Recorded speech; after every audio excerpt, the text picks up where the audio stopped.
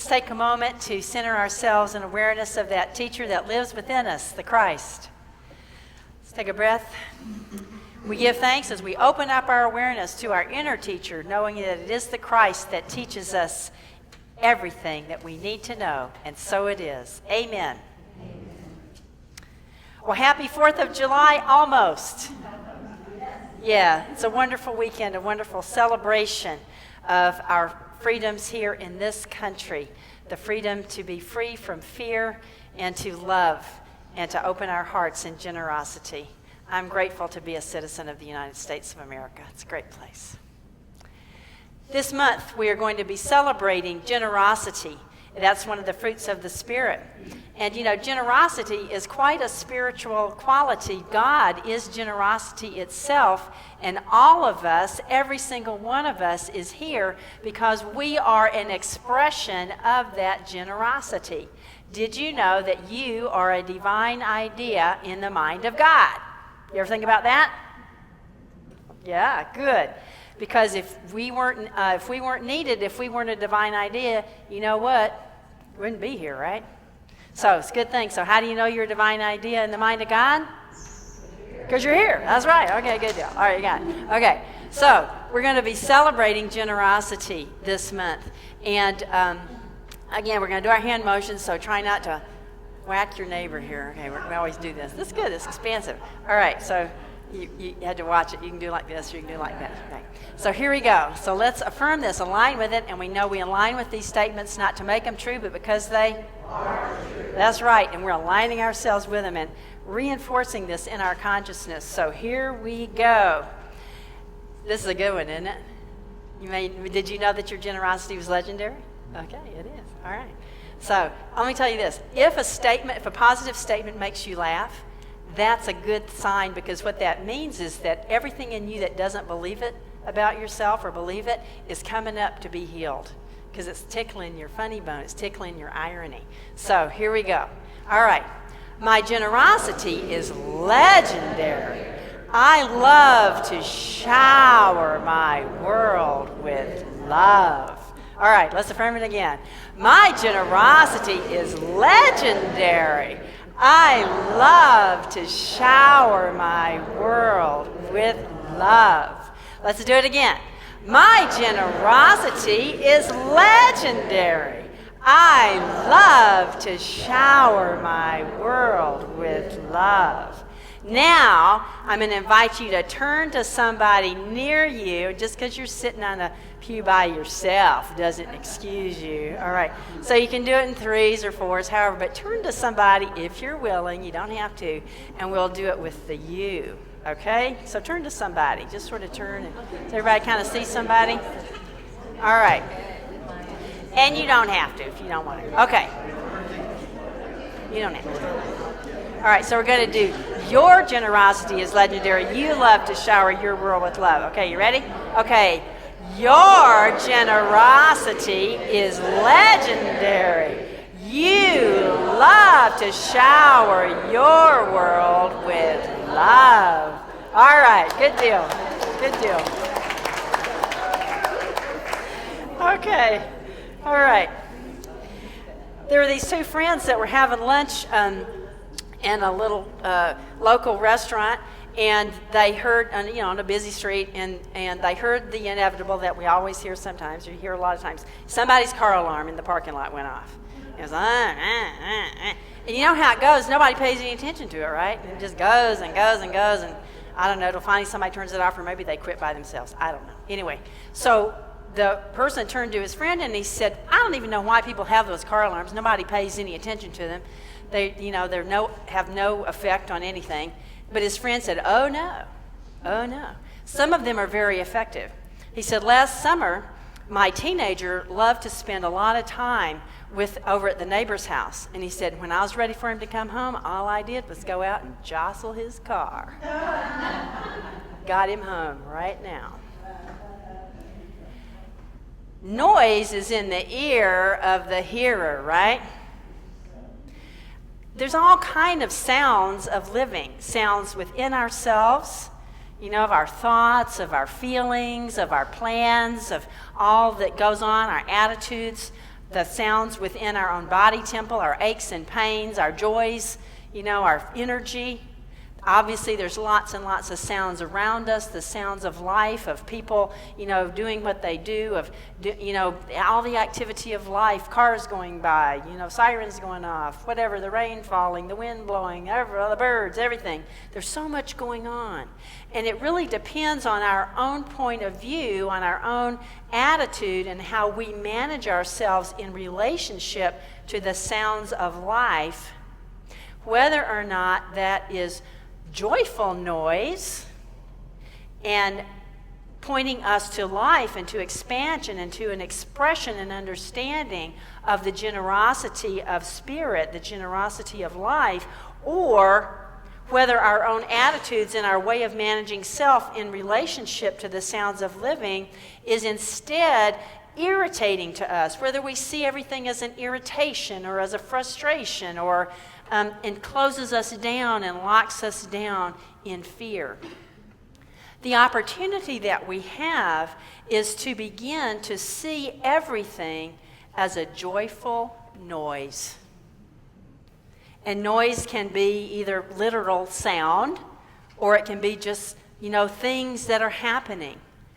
How would your life be different if you began to frame everything that you're experiencing, whether it's internal to you or whether it's external out there, as saying, oh, that's a joyful noise. That's a sign of life. I had opportunities already this morning. I'm driving down the street. Here comes somebody kind of darting out from behind a parked car. My first reaction, I did not almost hit them, but there they were, Oh, I reminded myself, oh, joyful noise, that's a sign of life. Somebody's out running this morning. Yay.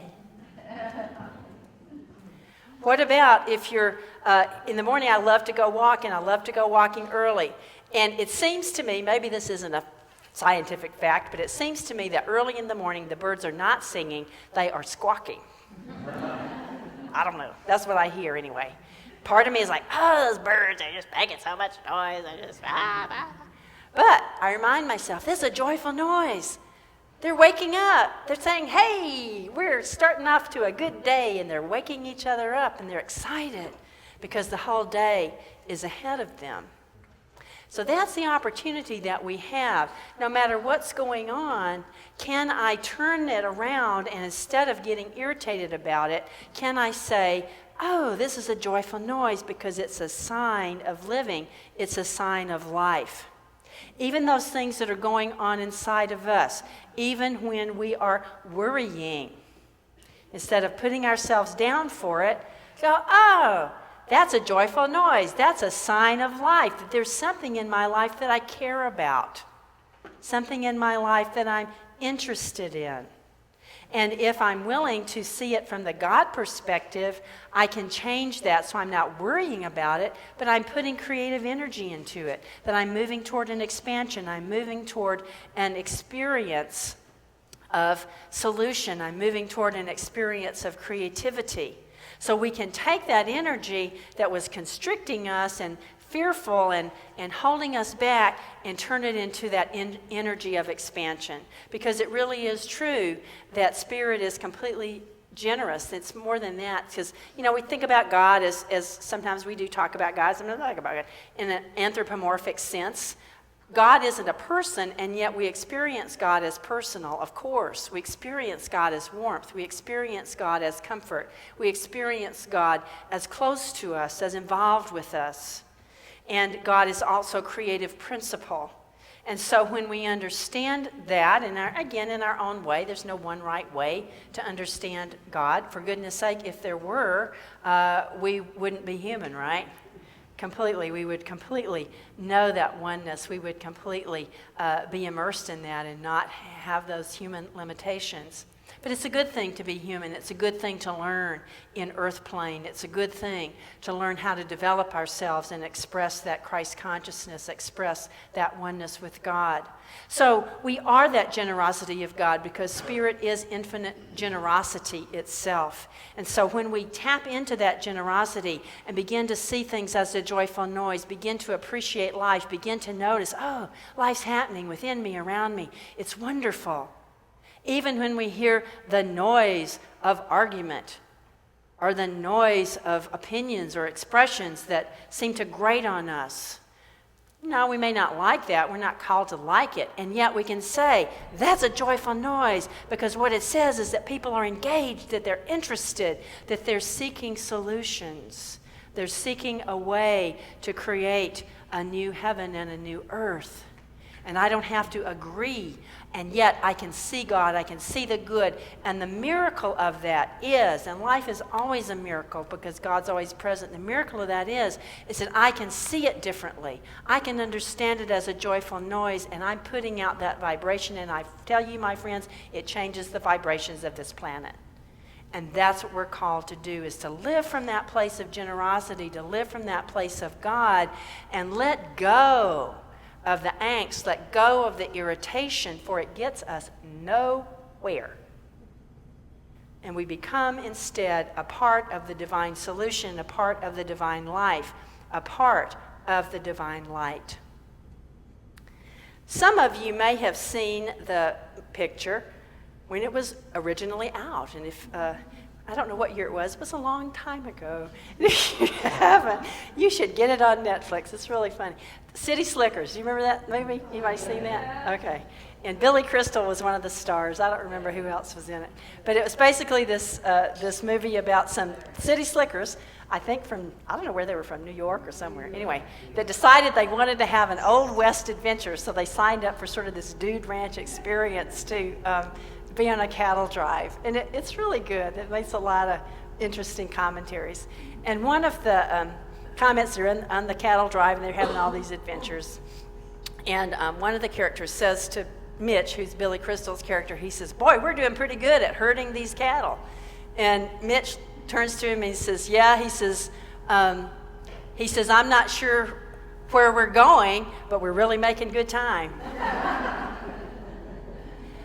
That's how it can be for us, right? When we get caught up in irritation, when things become an annoying noise instead of a joyful noise.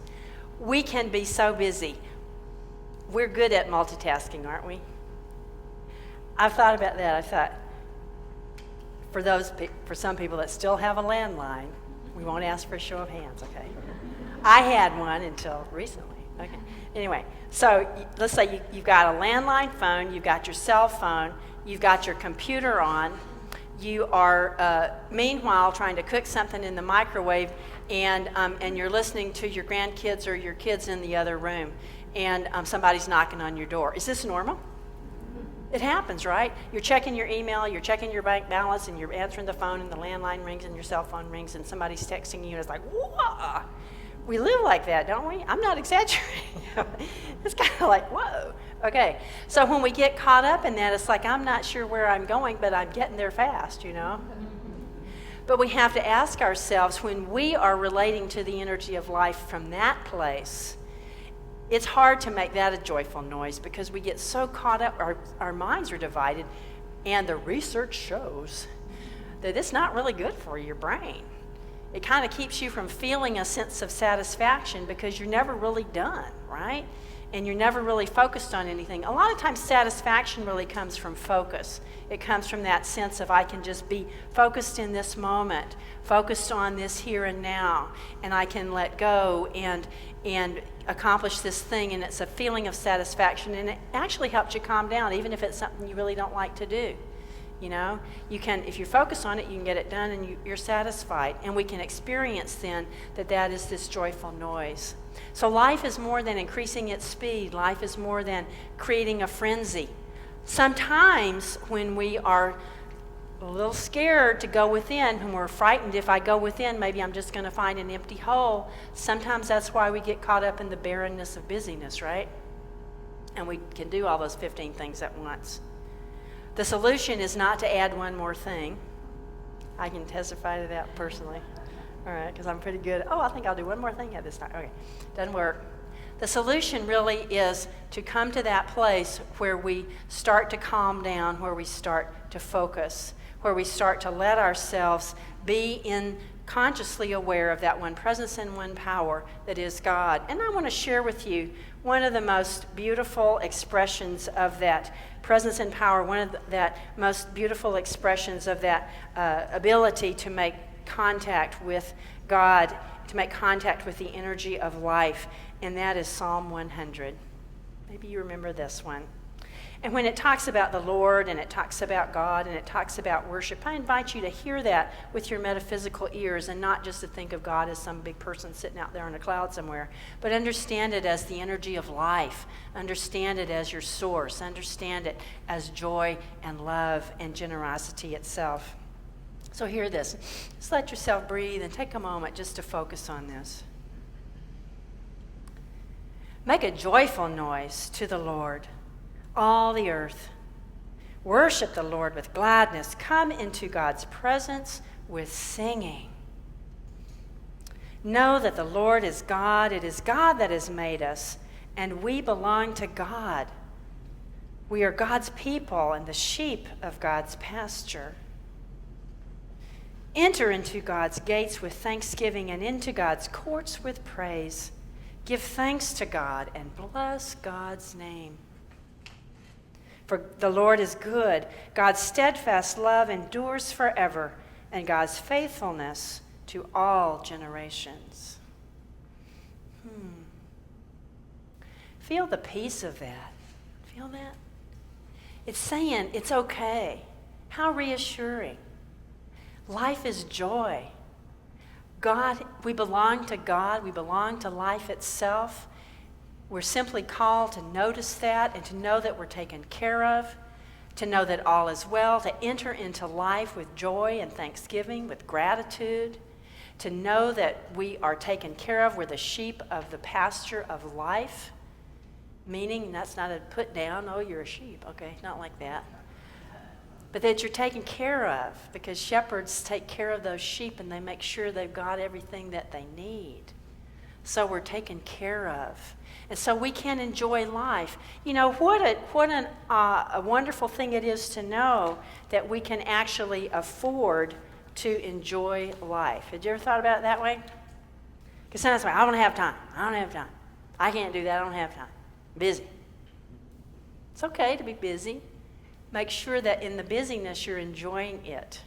You can afford to enjoy life. You can afford to make it a joyful noise, and it will pay off for you. Let me share this with you, writing by Charles Fillmore, who's the co-founder of our Unity movement.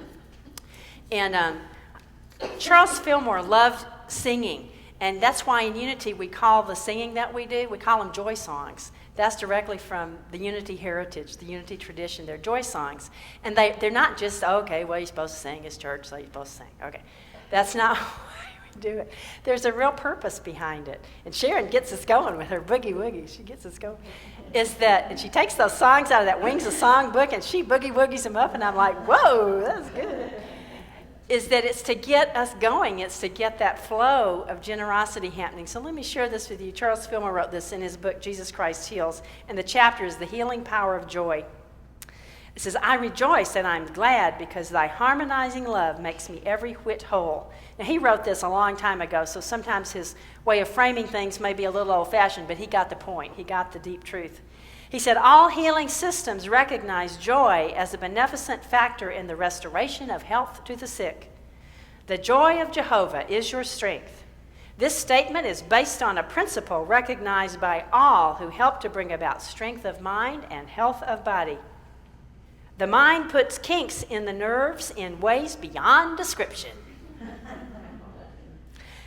But the input of energy of some kind is necessary to break the dam. Physical exercise will sometimes do it, or massage, or electricity. I'm like, whoa, I don't know about that, Charles. But, whoa, I'm not sure what they were doing. Okay. But, put your fake note on. Okay.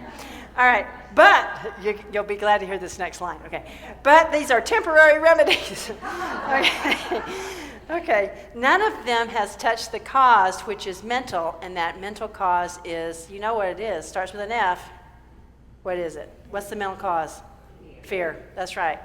Okay, so I says there are various methods for erasing fear from the mind and preventing its congestions in the body. One of the most direct and effective shatterers of fear is laughter.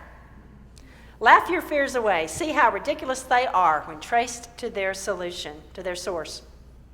Nearly all persons have some pet fear, and they give up to it without even trying to find its source. So find your pet fear and start to laugh at it. Then he says, the nerves surrounding the heart are the most sensitive to thoughts of fear, and when mind and body are strenuously excited, the fearfully charged nerve cells grab the heart and hold it like a vice. Businessmen who live in a world of sharp competition and constant risk of loss, with few exceptions, are subject to this kind of fear. He's talking about the type A personality and the type A life, right? Again, he says a little old-fashioned in his phrasing. It was a long time ago, but he's got the point. He's got the deep truth. Then he says this, Christian metaphysicians, of course, know that the only permanent cure for the ailment is a heartfelt trust in God as the one and only source of good to people.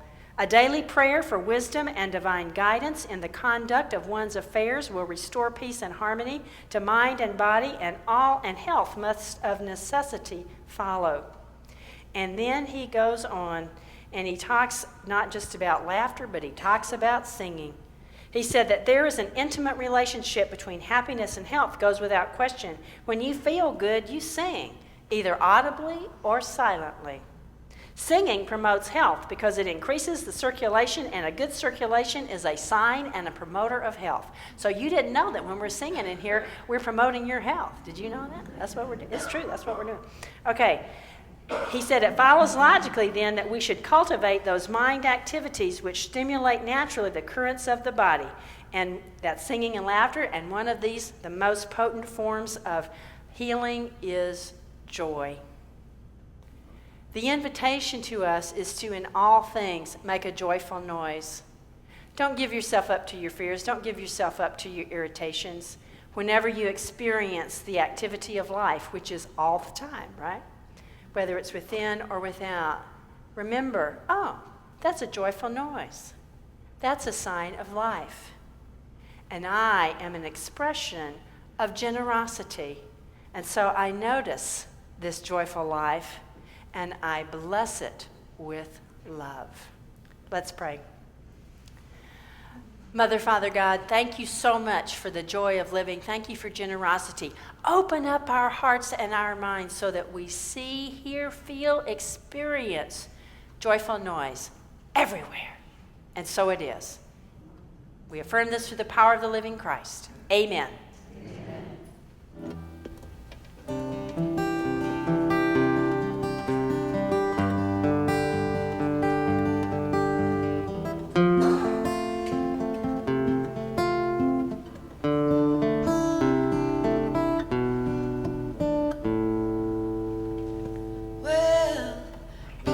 Search for glory a million different ways in their solitary faces, working at it hard each day. But if they'd stop and take the time to question why they care, they might just start to find there's still room for sharing. It's like we go around in circles when there's no love in our lives. Just an empty game we're playing. All we do is mark the time. And if we get our name in the papers and make a lot of money, have we satisfied our hunger in the search for glory? You know that the only glory is to love be loved. It's the ageless story